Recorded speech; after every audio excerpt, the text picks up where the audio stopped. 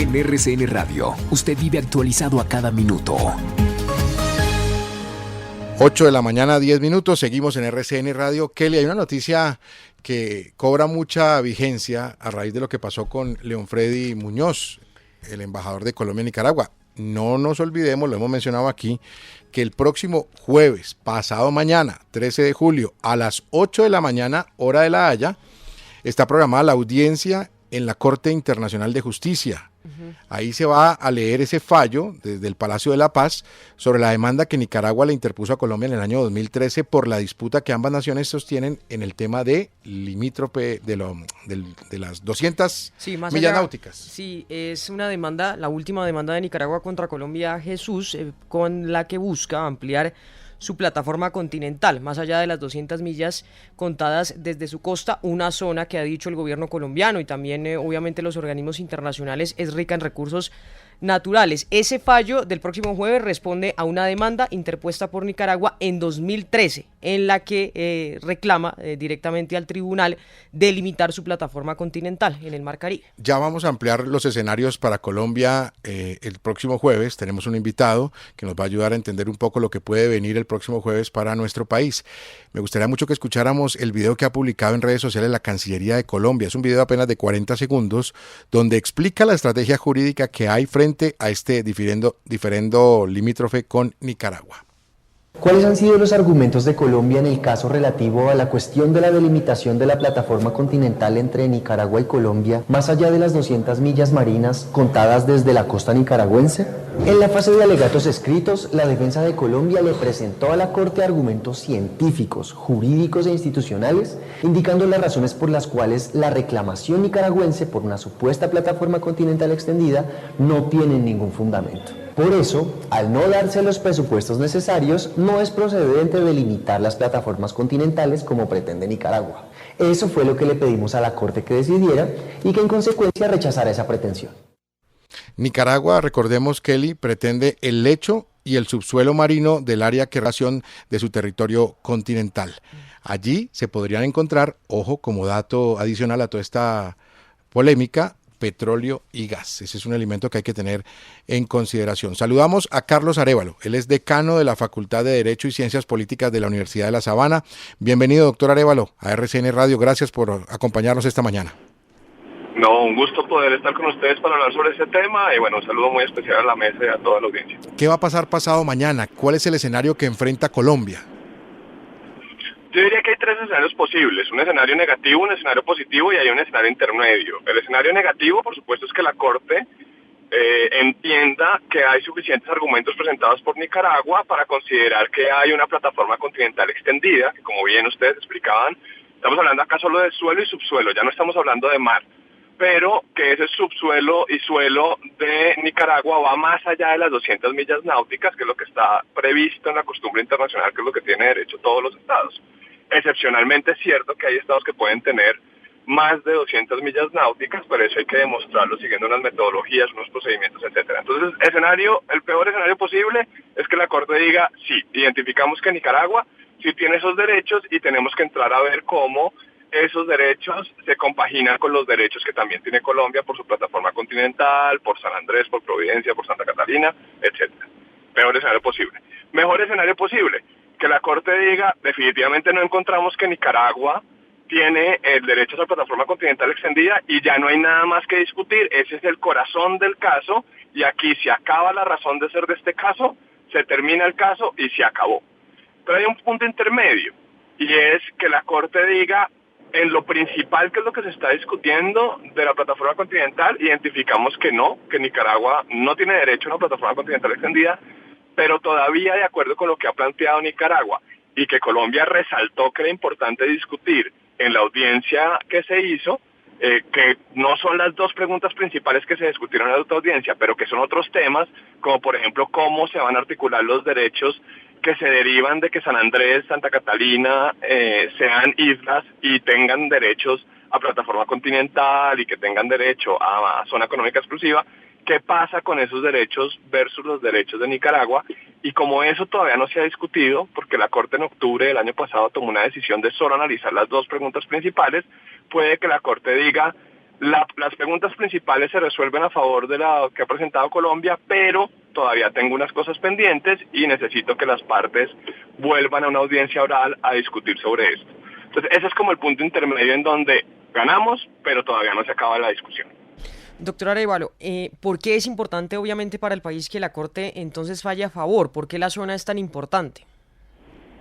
Porque por supuesto lo que hay aquí es importante resaltar que cuando se habla de estos derechos marítimos, los países tienen un mar territorial que va a 12 millas náuticas desde la costa, por decirlo así, desde las líneas de base, y ahí se tiene soberanía total.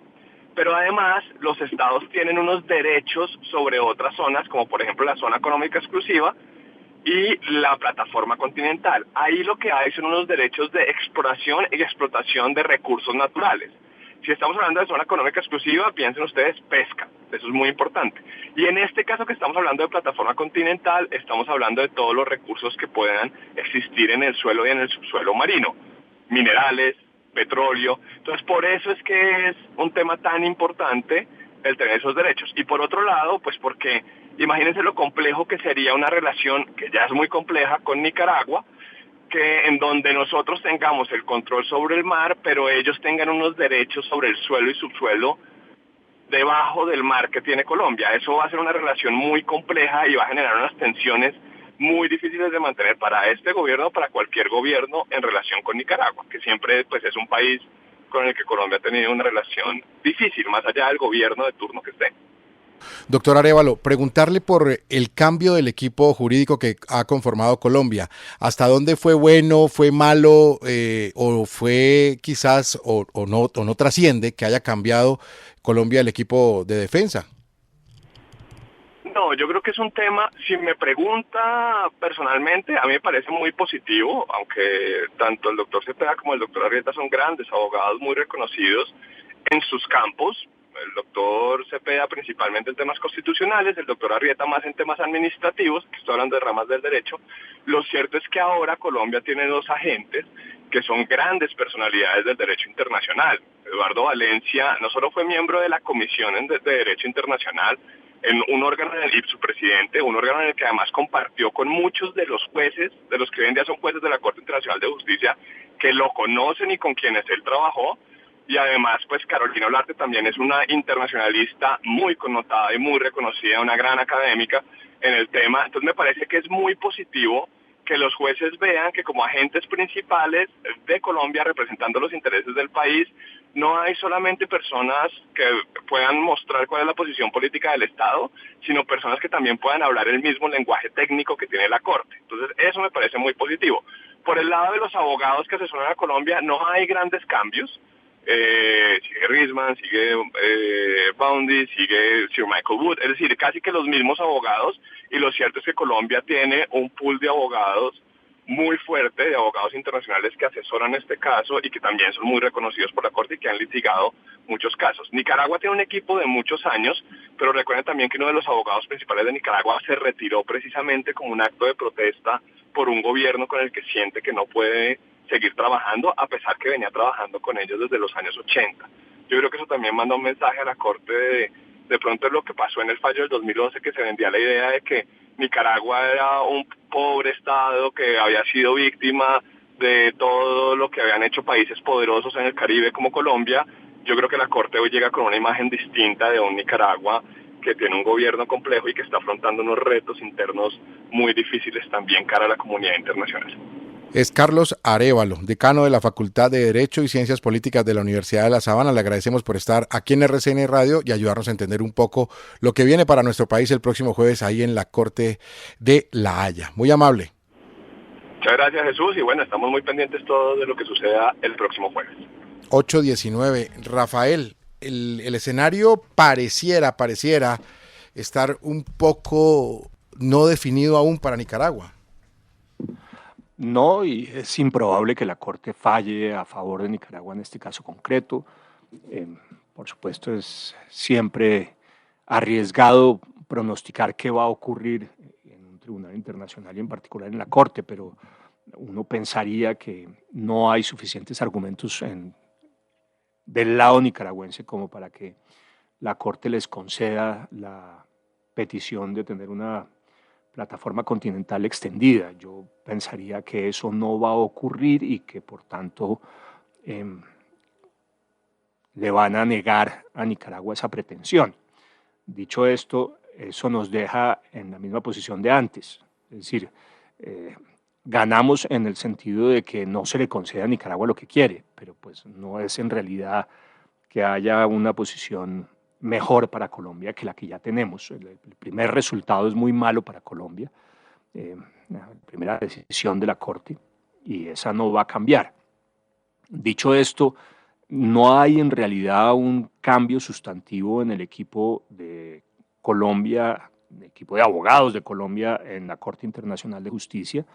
Eduardo Valencia hace parte de ese equipo desde el principio y es el abogado principal. Digamos, lo nuevo ahí es que entró Carolina Olarte y que salieron Cepeda y Arrieta. Yo siempre fui muy crítico del nombramiento de Cepeda y Arrieta, no porque no sean grandes abogados, lo son, uno constitucionalista, el otro administrativista, pero ninguno de los dos internacionalista. Y eso me parecía una debilidad enorme en el equipo colombiano. Pero repito, no hay mayor cambio porque Eduardo Valencia ha estado ahí en ese equipo todo el tiempo. La entrada de Carolina Olarte sí, digamos, es un elemento nuevo que ayuda en algo. Me atrevo a decir, sin embargo, que por haber nombrado a Elizabeth Taylor-Jay como coagente es una locura. Ella es una bióloga y muy conocida sanandresana, pero pues tener un coagente que no es abogado internacionalista a mí me parece que no tiene sentido. Vamos a ver en todo caso qué pasa el jueves, confiemos en que se le nieguen las pretensiones a Nicaragua.